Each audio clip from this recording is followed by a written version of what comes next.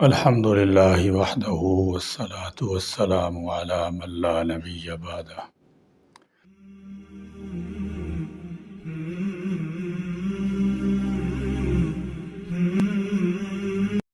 اللہم لک الحمد کما انت اہلہ فصلی علی محمد کما انت اہلہ وفعل بنا ما انت اہلہ فانک اہل التقوی واہل المغفرہ۔ مساوات مرد و زن، اس جملہ کو کوئی بھی سنے گا وہ کہے گا کہ یہ بہت ضروری ہے، اور یقیناً مرد و زن مساوات ضروری ہے۔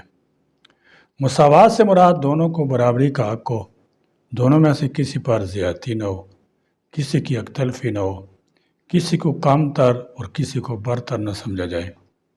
اس بنیاد پر مرد و زن میں مساوات ضروری ہے۔ لیکن آج اس ترقی کے دور میں مرد و زن مساوات کا جو نعرہ دیا گیا ہے اور جس مساوات کو لے کر آج مہمات منائی جا رہی ہیں، جشن منائے جا رہے ہیں، اس مساوات کا تصور کچھ الگ ہے۔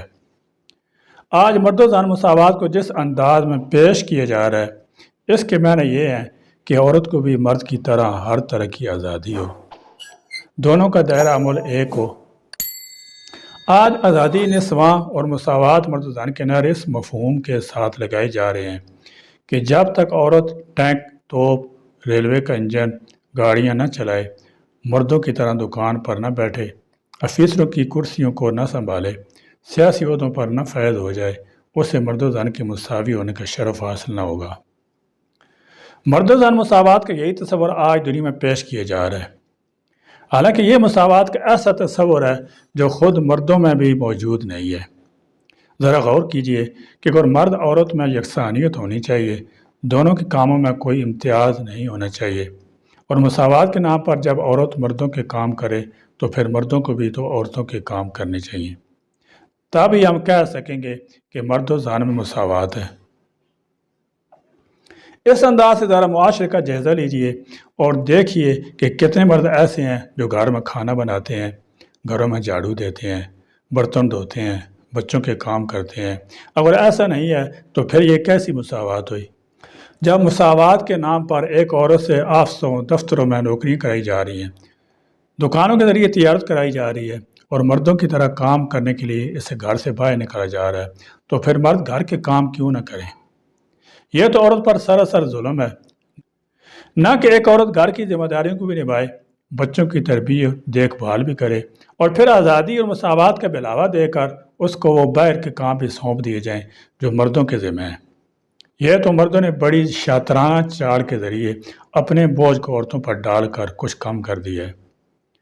آج ہم دیکھتے ہیں کہ اسی ترقی اور مرد و زن مساوات کے نام پر اس کمزور عورت کو در در کے چکر لگائے جا رہے ہیں۔ وہ کلبوں، کھیل کے کوٹوں اور میدانوں کی زینت بن رہی ہیں۔ اس کو بے لباس کر کے سوئمنگ کی دلکشی بڑھائی جا رہی ہے۔ تو اس عورت کو کہیں ہوٹلوں کے دروازوں پر کھڑا کیا جا رہا ہے، تو کہیں میدانوں پر چیئر گرل بنا کر نچایا جا رہا ہے، تو کہیں دکانوں پر گاہکوں کو لبانے کا ذریعہ بنا جا رہا ہے۔ غرض کی آج مساوات اور آزادی کے نام پر ہر گھٹیا کام عورت کے سپرد کر دیا گیا ہے۔ پھر چاہے وہ مرد باس کی سیکٹری بن کر اس کے ناز اٹھانے کا کام ہو، ہوٹلوں میں مسافر کمرے صاف کرنے کا کام ہو، یا پھر کسی استقبالی تقریب میں سٹیج پر شال اور پانی کی گلاس لے کر کھڑے ہونے کا کام، یا پارٹی میں مسکرا کر کھانا پروسنے کا کام، غرض کے ہر گھٹیا سے گھٹیا کام آج عورت کے سپرد کر دیا گیا ہے، اور عورت یہ سوچ رہی ہے کہ اسے آزادی مل گئی ہے، ترقی مل گئی ہے، مساوات کے نام پر انصاف مل گیا ہے۔ لیکن پاکستانی عورت کو شاید ابھی اس کا احساس نہیں ہے کہ اسے جو کچھ ملا ہے اس کے بدلے میں اس نے جتنا کچھ کھویا ہے وہ کتنا بیش قیمت تھا۔ یہی وہ آزادی اور مساوات تھی جس نے مغرب کو تباہ کر دیا۔ آج وہاں کا فیملی سسٹم ختم ہو چکا ہے۔ وہاں کے لوگ آج یہ کہنے پر مجبور ہیں کہ مساوات اور آزادی کے نام پر عورت تباہ کر دی گئی۔ ایک امریکی خاتون وکیل میری میزن مساوات کا حل نامی کتاب میں لکھتی ہیں کہ مساوات کا نعرہ ایک عورت کے لیے دھوکہ، سراسر گھاٹے کا سودا ہے۔ مرد نے بڑی چالاکی سے اپنا کام کا بوجھ عورت کے ساتھ بانٹ لیا ہے۔ ٹھیک اسی طرح فرانس کے حقوق نسواں کی سیکرٹری مشل انڈیا کہتی ہے کہ فرانس میں خواتین کے ساتھ جس طرح کا برتاؤ کیا جا رہا ہے، اسے دیکھ کر یہ کہنا پڑتا ہے کہ شاید جانوروں کے ساتھ عورتوں کے مقابلے میں بہتر سلوک کیا جاتا ہے۔ اسپین کے پروفیسر سیمونس مور اپنی کتاب میں لکھتے ہیں کہ مغرب عورت تاریخ کے انتہائی بدترین دور سے گزر رہی ہے۔ آزادی کے نام پر اسے ظاہری چمک دمک تو ملی، لیکن ان کی روحانی زندگی سے سکون غائب ہو چکا ہے۔ اسی طرح ایک مشہور یہودی رائٹر میخائیل گورباچوف لکھتا ہے کہ معاشی فوائد حاصل کرنے کی غرض سے ہم نے جو خواتین کو گھروں سے باہر نکالا، انہیں واپس گھروں میں لانے کے لیے ہمیں جلد از جلد طریقے ڈھونڈنے پڑیں گے، ورنہ جس طرح ہمارا فیملی سسٹم تباہ ہوا ہے، اسی طرح پوری قوم تباہ ہو جائے گی۔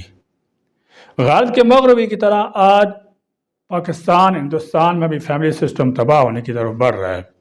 وہ عورت جس گھر کی ناظمہ بنایا گیا تھا، جس پر گھر میں رہ کر بچوں کی تربیت کی ذمہ داری ڈالی گئی تھی، جب وہ اپنی ذمہ داریوں سے ہٹ کر مردوں کے ساتھ کام کرنے لگی تو ہوا یہ کہ اس کی نسلیں ڈبوں کا دودھ پی کر آیاؤں کی گودوں میں پلنے لگی، اور اسی طرح فیملی سسٹم تباہ ہوتا گیا۔